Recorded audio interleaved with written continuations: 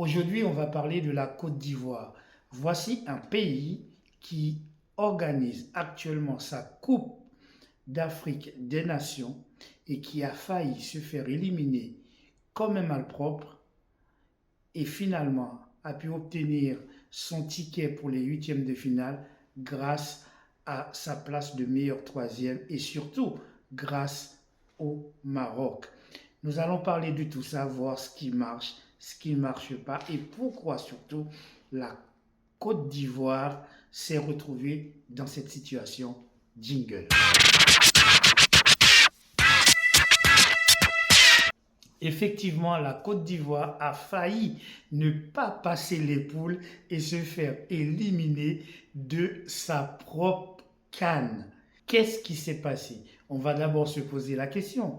La Côte d'Ivoire est-il un pays de football? Oui, la Côte d'Ivoire est connue pour être un pays africain où on joue normalement du bon football. Rappelons-le, s'il fallait le savoir, la Côte d'Ivoire, c'est quand même le pays de monsieur le gentleman Didier Drogba. Mais pas que, c'est aussi Kolo Touré, c'est aussi Salomon Kalou, c'est aussi Emmanuel Eboué, etc., etc., etc. Donc, la Côte d'Ivoire, c'est un pays qui a l'habitude de donner de très grands joueurs de football.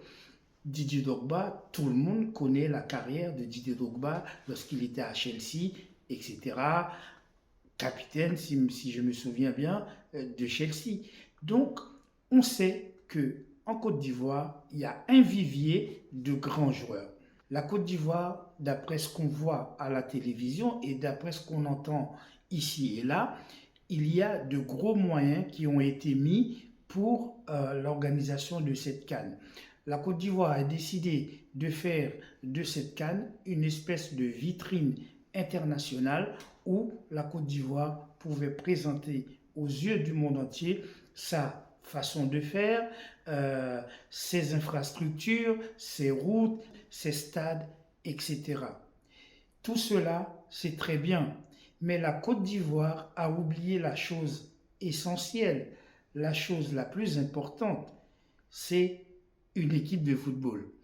On a mis beaucoup d'argent pour les stades, on a mis beaucoup d'argent pour les routes, pour les infrastructures, pour l'organisation, mais on a oublié d'aller chercher surtout un grand entraîneur pour cette équipe de la Côte d'Ivoire. On ne peut pas être l'organisateur de cette compétition, une compétition planétaire en tout cas pour les Africains, pour le continent, être l'organisateur et tout mettre uniquement sur les infrastructures, sur les routes, sur les organisations, etc. et mettre de côté la pièce maîtresse, la pièce principale de l'échiquier qui est l'équipe de la Côte d'Ivoire. Les éléphants de la Côte d'Ivoire, comme je l'ai dit tout à l'heure, c'est une équipe, c'est un pays qui a l'habitude de donner de très grands joueurs. Lorsqu'on organise une compétition comme la Coupe d'Afrique des Nations et qu'on souhaite ramener la coupe à la maison, ce que tous les Ivoiriens, chaque Ivoirien souhaite, et c'est de bon augure, il est aussi important de mettre le paquet non pas seulement sur les infrastructures, non pas seulement sur les stades, non pas seulement sur l'organisation annexe de la compétition, mais surtout de mettre le paquet sur l'équipe en commençant par engager un entraîneur qui a la bouteille, un entraîneur qui soit capé et qui a les reins solides pour vous amener très loin dans la compétition, sinon gagner cette compétition. Première chose, on voit que la Côte d'Ivoire n'a pas fait ce qu'il fallait pour permettre aux éléphants de passer les poules et arriver en huitième de finale, la tête reposée. Ils ont gagné leur premier match effectivement 2-0, mais le match d'après, ils ont fait match nul avant de prendre une raclée à la barcelonaise face à une équipe de Guinée équatoriale qui leur a mis 4-0 dans la besace. à partir de là, on voit bien que cette équipe de la Côte d'Ivoire n'a pas ce qu'il faut pour passer non seulement les poules, mais pour arriver en huitième, en quart, en demi et gagner cette Coupe d'Afrique des Nations. Est-ce qu'il est trop tard? Non, il n'est pas trop tard parce que grâce au Maroc, la Côte d'Ivoire a pu obtenir son billet en terminant meilleur troisième et ainsi conserve l'espoir de poursuivre l'aventure. Je me suis posé la question. La question, elle est simple, on va se la poser. Et dans les commentaires, si vous êtes ivoirien, parce que moi, je ne suis pas ivoirien, mais je suis africain comme chaque noir de cette planète et fier de l'être. Donc, en tant qu'Africain, je me sens tout à fait légitime pour parler du football africain et pour parler comme si j'étais un Ivoirien. Mais je ne suis pas Ivoirien, mais je suis de tout cœur avec vous, puisque vous êtes l'organisatrice donc vous êtes l'organisateur donc de cette compétition. Quand même, il ne faut pas devant la face du monde terminer, ne pas passer les poules, etc. Sinon, ce serait vraiment trop grave. La question que je me pose, elle est simple. Comment un pays avec autant de grands joueurs, n'est-ce pas, n'a pas eu à un seul instant l'idée de placer ne serait-ce que Didier Drogba dans, je ne sais pas, dans les instances, dans le staff. Je pense que même si Didier Drogba peut-être n'a pas les compétences, je ne sais pas s'il a son diplôme d'entraîneur ou pas, je ne sais pas s'il a des compétences, en tout cas dans le monde de la finance, dans l'économie, dans la gestion, etc. Mais s'il y avait un gars qui avait les compétences pour pouvoir, ne serait-ce qu'être un grand frère pour les joueurs, pour être là pour donner de bons conseils aux joueurs, c'est entre autres Didier Drogba.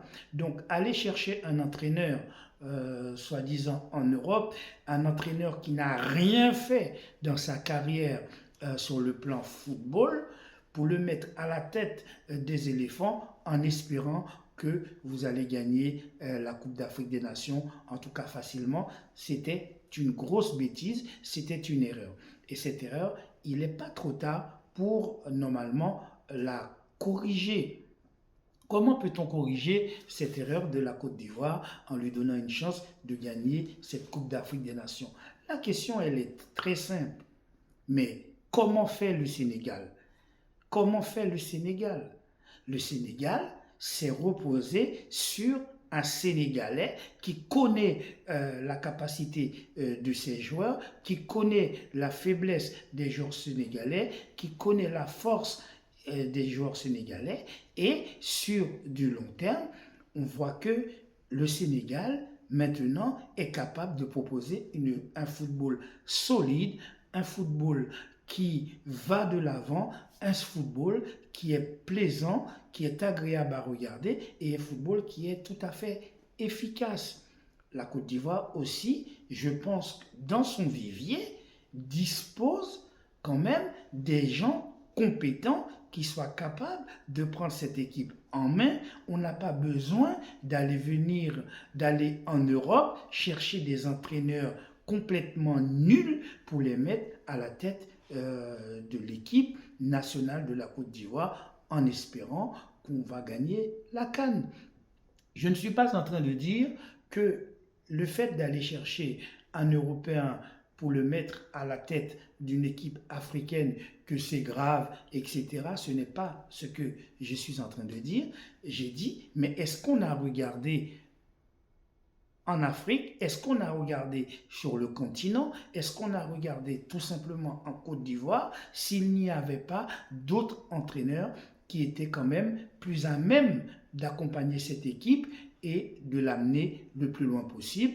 Comme j'ai dit, pourquoi ne pas associer les compétences des anciens joueurs de cette équipe au staff, en tout cas, afin de donner aux éléphants les meilleures chances d'aller plus loin dans la compétition. Tout simplement, j'ai du mal à comprendre que lorsque on organise quelque chose sur le continent africain, on a forcément besoin d'aller chercher de l'aide en Europe, que ce soit sur le plan football, pour être légitime aux yeux du monde. Je pense que l'Afrique a tout à fait des compétences, l'Afrique a tout à fait les qualités nécessaires pour organiser non seulement une CAN, mais pour trouver également des entraîneurs qui soient capables d'amener les équipes africaines le plus loin possible dans la compétition.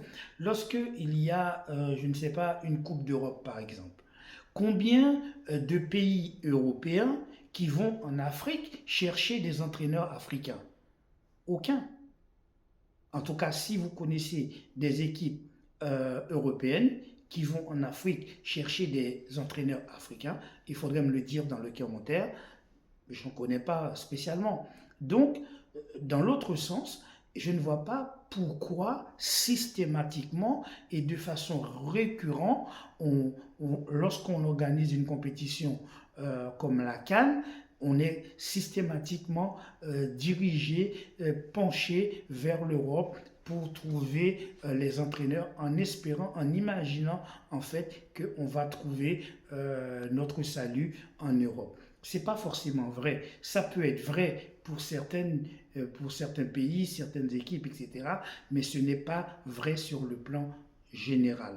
J'ai entendu ici et là, effectivement, que la Côte d'Ivoire, après avoir confié les rênes des éléphants à un Ivoirien, dans le même temps, a décidé de demander à la France, à la Fédération française de football, de lui prêter les services d'Hervé Renard.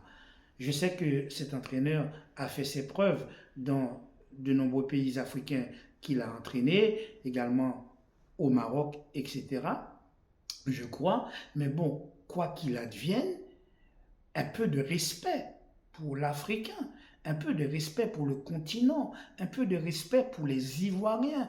On ne peut pas choisir un entraîneur ivoirien d'un côté et dans le même temps, il n'a même pas encore commencé, il n'a même pas fait ses preuves, et puis on va chercher quelqu'un, un étranger, pour le remplacer alors qu'il n'a même pas encore commencé. Je trouve que c'est un manque de respect de la part de la Côte d'Ivoire pour l'Ivoirien qu'est M.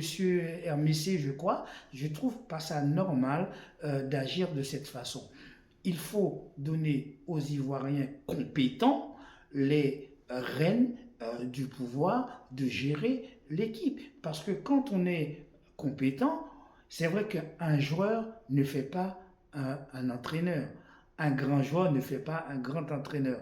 En tant que supporter du FC Barcelone, je le sais très bien. Il suffit de voir ce que Xavi est en train d'endurer en ce moment avec l'équipe de Barcelone. Xavi qui est un excellent joueur, qui a été l'un des meilleurs milieux de terrain de la planète. On voit la difficulté qu'il a à construire, à bâtir autour de lui une équipe barcelonaise qui soit compétente, qui soit compétitive, etc.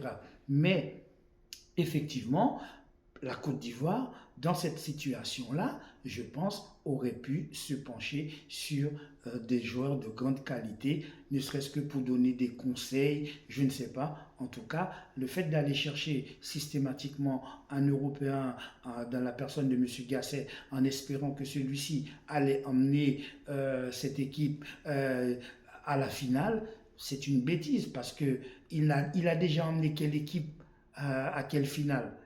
Jamais. Donc à ce moment-là, il fallait peut-être se tourner. Si on veut prendre un Européen pour faire le travail, autant chercher un Européen compétent, des gens qui ont déjà fait quelque chose. On ne peut pas mettre autant d'argent comme ça dans une compétition, mettre autant d'argent dans des infrastructures, autant d'argent dans la nomination et le salaire des gens qui sont autour de cette compétition et mettre de côté la pièce principale qui est les éléphants.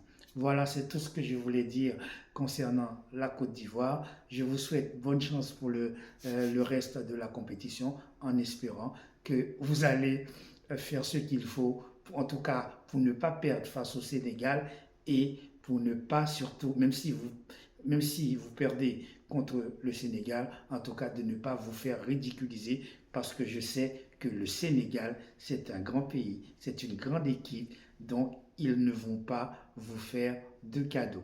Voilà, c'est tout pour aujourd'hui. N'oubliez pas de liker, n'oubliez pas de commenter, d'activer la petite cloche de notification et surtout pour avoir l'ensemble de mes vidéos. Je vous souhaite de passer une agréable journée. Prenez soin de vous et de votre famille. À très bientôt. Ciao.